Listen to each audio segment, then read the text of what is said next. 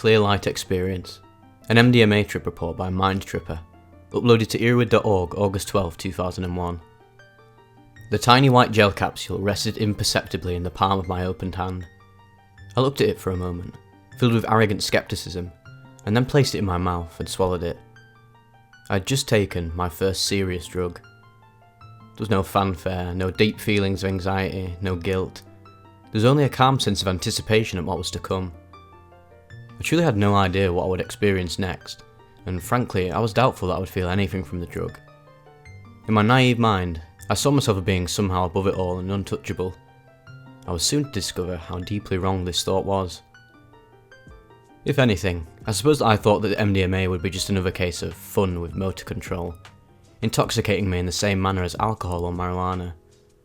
With those substances, I always feel more impaired than anything, experiencing spinning or floating sensations while my mind becomes somewhat dulled. As an occasional novelty or stress reliever, I found these substances to be fine, but for the most part I consider them a waste of time. Personally, I do not see them as a tool to accomplish anything productive or achieve any great insight of sorts. Sitting on the grass in the lawn section of a large amphitheatre, I expected no more out of ecstasy either. We were waiting to see Carlos Santana. It was a fine autumn day, not warm and not cold, the bright sunlight having lost the intensity of its summer blaze. I was there with my wife, my two sisters and my brother-in-law. We'd arrived early to get a good seat and then spent the next couple of hours watching the crowd trickle in. This particular venue usually rents aluminium chairs for the lawn section, but for this concert they were not doing so. Instead, everyone was piling in, blanket to blanket, and it was evident that this would be a packed house by the time the show began. We took the ecstasy about an hour or so before the concert was to begin. Unfortunately, we had 5 people and only 4 doses. It was decided that I would take a whole dose, as well as my sister P and her husband Jay. My wife and my sister Kay decided to try to split the remaining dose, which only proved in the end to be nothing more than a waste of good MDMA. With the pill swallowed, I sat and waited. No one really told me what to expect or how I should feel, knowing that it was important for me to undergo the effect for myself and not be influenced by their own opinions and prior experiences. From time to time, they would ask me how I was doing and check to see that I was feeling okay, but beyond that, I was left to myself to make my own observations. The first real indication that anything had changed became evident in my visual perceptions. It was nothing extreme, only a subtle shift in my discernment of colour. Looking over the crowd, certain hues seemed to stand out where before they had blended in. The blue of a man's jacket, the red of a woman's sweater, a purple balloon. These colours were suddenly deeper and more vibrant than they had previously been. The effect felt natural to me though, not as if the drug were impairing my senses or skewing my perceptions, but instead, only causing me to be aware of an element that had been persistent the entire time. By this point, I was definitely starting to feel the MDMA. I still couldn't tell the precise nature of it, but there was a definite shift in my consciousness. I realised that whatever it was going to be in a completely different league than anything that I might have been expecting. My mind was in a distinct state of observation, internally gauging every minute change that I was sensing. I've heard people state that when they come up on ecstasy, it's like a wave of feeling washing over them. I'm not certain that I would describe it in this manner. For me, it was more like my consciousness was suddenly changing to a new frequency. The sensation is difficult to describe, but it was much like the turning of a dial of a radio slowly to another station. One moment there is nothing but static, and then, as the station comes into range, you begin to vaguely make out the music. The music gets clearer and clearer, until suddenly it's playing loud and crisp and unmistakable. My experience was much the same. One instant, I was sitting there trying to understand the nature of what I was feeling, and the next moment, it all became completely evident. The timing of the dosage was impeccable.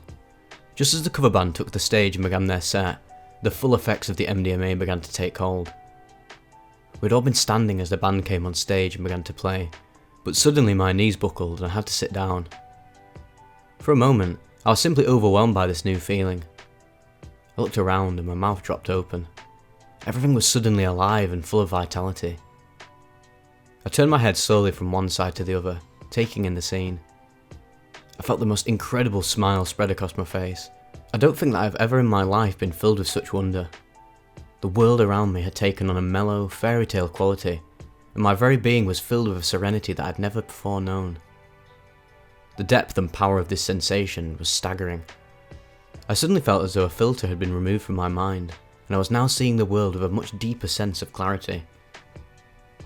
I looked around at the people in the crowd, all focused on the music, smiles on their faces, moving their bodies to the rhythm.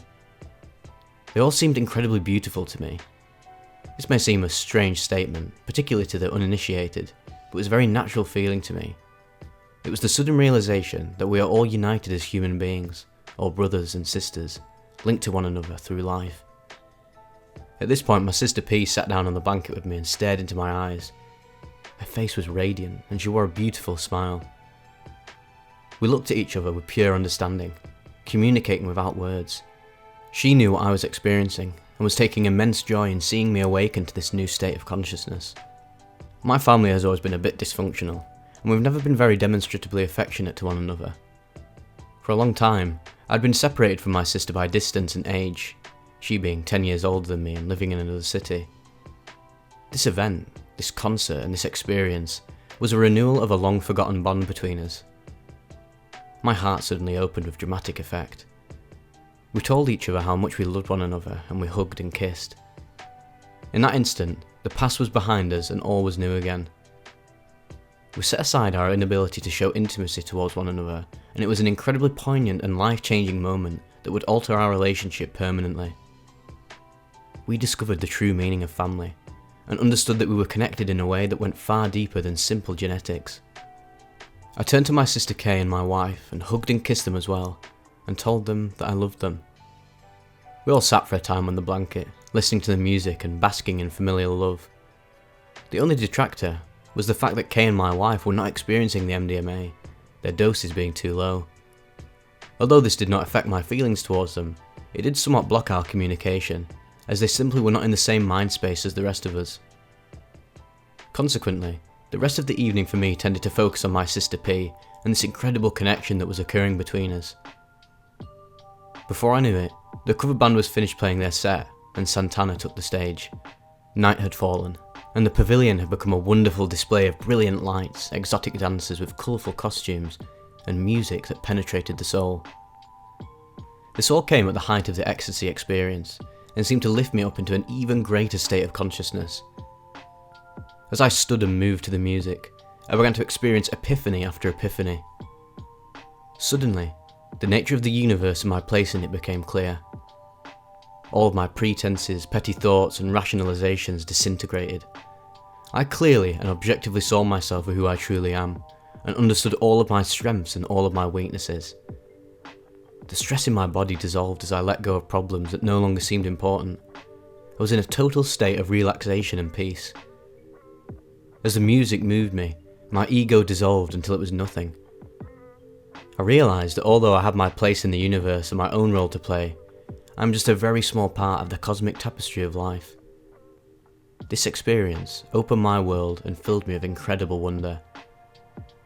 These thoughts, in conjunction with the sea of bodies dancing and swaying around me to the music that moved us all, caused me to ponder our place in the universe as human beings. I realised that at the core, we are all really just energy. The bodies that we occupy, they are simply vehicles for that energy, enabling us to exist in this physical realm. I put my hands together and felt the warmth of them, thinking about how much heat our bodies generated. This seemed to confirm what I was feeling, and I smiled with the rapture of this knowledge. Looking around at the people in the crowd, I thought about the energy inside each and every one of them. We are all energy, and we are all connected as human beings. I was then hit with the greatest epiphany of all. If we are all energy, then where did that energy originate? And where does it go when we die? At that moment, the answers to these questions revealed themselves, and I understood the true meaning of God, the one great source of energy that we all come from. Within each of us, there is a portion of this source, and in itself, that part is equal to the whole. We are an extension of God, and together, we are God. We are here in this physical realm to nurture our energy and help it to evolve and grow in power. And when we die, we return to the source and merge with it, bringing to it whatever we have learned, and in turn, making it greater.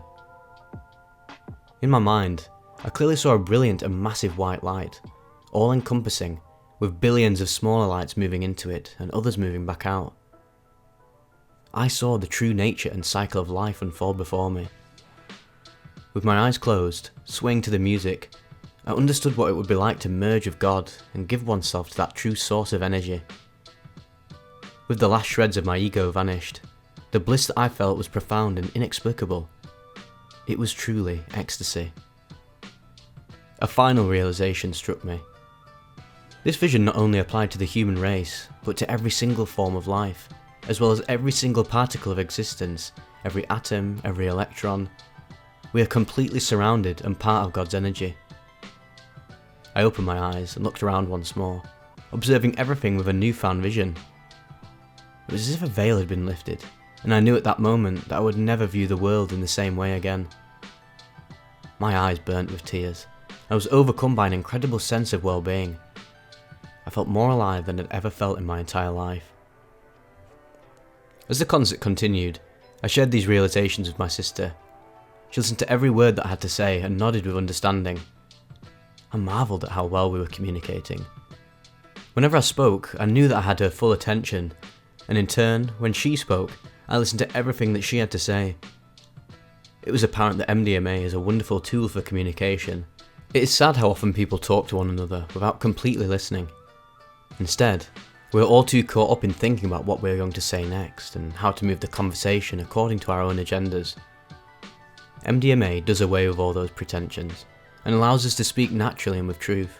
It doesn't necessarily remove any control or cause you to say things you might not normally say, but it allows you to speak your mind unfettered by the trivial social games that we all play. Eventually, I needed to go in search of a restroom. With the energy of the concert crowd in my very vulnerable state of mind, I knew that I would need some help finding one. My sister P led me through the sea of people while I trailed behind her, holding her hand like a child. It was somewhat amusing to me, and I enjoyed relinquishing control to her. I knew that she was greatly experienced with altered states, and I felt very safe in her hands. It was just as well, since everyone was packed so tightly into the lawn section that there were no aisles to walk in, and navigating the crowd proved to be incredibly difficult. At one point, we were trying to pass a couple sitting on a blanket when the young man jumped up and angrily blocked our path. He was extremely aggressive in his protection of his territory. The woman he was with irately encouraged him not to allow us to pass. In my current state of mind, it was a very strange and alien turn of events. I literally could not understand why I would choose to act in such a manner. In hindsight, I realise now that this was the type of altercation that could have easily turned violent in another circumstance. However, in our mindset of peace, there was never any risk of this. My sister simply talked to the man in a soothing voice, disarming him. We simply sidled their area and moved past them and out of the arena. I felt pity for this couple, wasting their energy on such petty and meaningless emotions. After visiting the restroom, we walked around for a bit. My moving felt incredible and I was full of energy. I'd put on a lot of weight over the past few years, and it was very clear to me how I was carrying all of these extra pounds and what it was doing to my body. I was very in tune with myself physically, and it became clear to me what I needed to do to bring myself back to an optimal condition. I was able to distinctly discern my true physical form separate from the excess baggage that was impeding me. I knew that I would have to change some bad habits to rectify this problem. A strange thing happened as we walked around. My sister and I were hand in hand when we encountered a large crowd of people moving towards us in the opposite direction. Normally, we would have to break our stride and navigate through the throng of bodies. Instead, we never slowed our pace, and side by side we slid right through the crowd. It was as if they all simply parted for us. Or maybe it was just that we were so in tune with our surroundings that we unconsciously found the path of least resistance. After the door passed, we stopped and looked back at them in amazement. We looked at each other and said, "Wow, what was that?" We stood for a while and watched the various people moving about, studying their faces and tuning into their emotions. We commented on various individuals, discussing the different masks that people hide behind and the defences they use to close themselves off from other people. We had a strange sensation of being somehow above and apart from these people, unnoticed observers standing at the fringe of their periphery. It was as if we were able to look at people and see far more than they realised. There was an extremely voyeuristic aspect to this observation. We finally made our way back through the crowd and returned to our spot in the lawn. I put my arms around my wife and kissed her gently. She'd experienced nothing from her half dose of MDMA, and I understood the events that had unfolded had been difficult for her. Being even more inexperienced with drugs than myself, she'd experienced some trepidation at watching me change before her eyes. Fortunately, my sisters and brother-in-law had been able to assuage her fears and assure her that I would eventually return to normal again, or a reasonable facsimile thereof. As the concert wound down, so did the effects of the ecstasy. I began to feel somewhat deflated and earthbound again. It was a bit difficult coming back down to a normal state of mind, and I hated to see it end. But it had been a truly magical night, one of profound meaning with life-altering revelations. As we filed out to the parking lot to go home, I knew that this night would prove to be a turning point in my life. What would happen next, and what I would do with this new knowledge remained to be seen. I just knew that something inside of me had been dramatically and irrevocably changed. I was reborn that night, and I left behind all of the repression and negativity that I'd been carrying around for so many years. When we finally got home, we stayed up for a while talking. My wife was tired and headed off to bed, but I knew it would be some time before I could sleep. Eventually, my sister P and her husband also retired for the night, so I stayed up for a while and talked with Kay, sharing my experiences and reliving the previous events. Sometime between 2 and 3 o'clock in the morning, I finally felt that I could sleep, so I said goodnight to Kay and went to bed. I crashed hard and slept deeply and without dreams till about 10 AM. When I woke up, I felt slightly hungover and a bit tired, but otherwise I was in a pleasant state of mind. I still felt somewhat deflated, but all of the epiphanies and revelations I'd experienced the previous night were still with me. Although I was obviously no longer feeling the effects of the ecstasy, some part of the experience still lingered. It was much like looking at a bright light and then turning away, only to see an imprint of the light remaining in my visual field. Only, in this case, the imprint was on my psyche, or my consciousness, or maybe my soul. This feeling would continue for many days after the concert, and I find that with practice, I could frequently put myself in a state of mind somewhat resembling the MDMA experience, especially whenever I listened to Santana's Supernatural CD. I would go on to have more experiences similar to this one, and discover a new sense of spirituality that I'd never before known. But it was this experience that awakened my consciousness from its mind-numbing slumber, and redirected my life along a much greater path. It was a truly incredible gift that I received that night, and I will always cherish this memory. Life had become new again. In closing, I'd like to point out to the inexperienced and the non-believers that at no time during these events did I feel that any of these experiences were drug-induced illusions.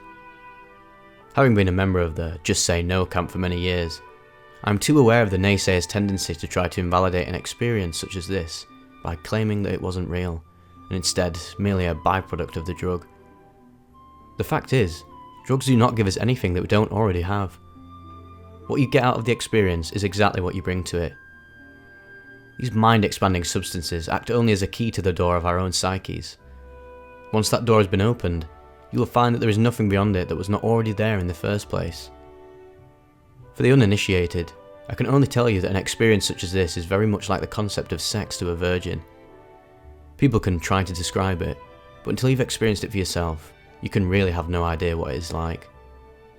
For me, the night of the concert was like getting my mental cherry popped. Everything prior to that point was merely mental masturbation.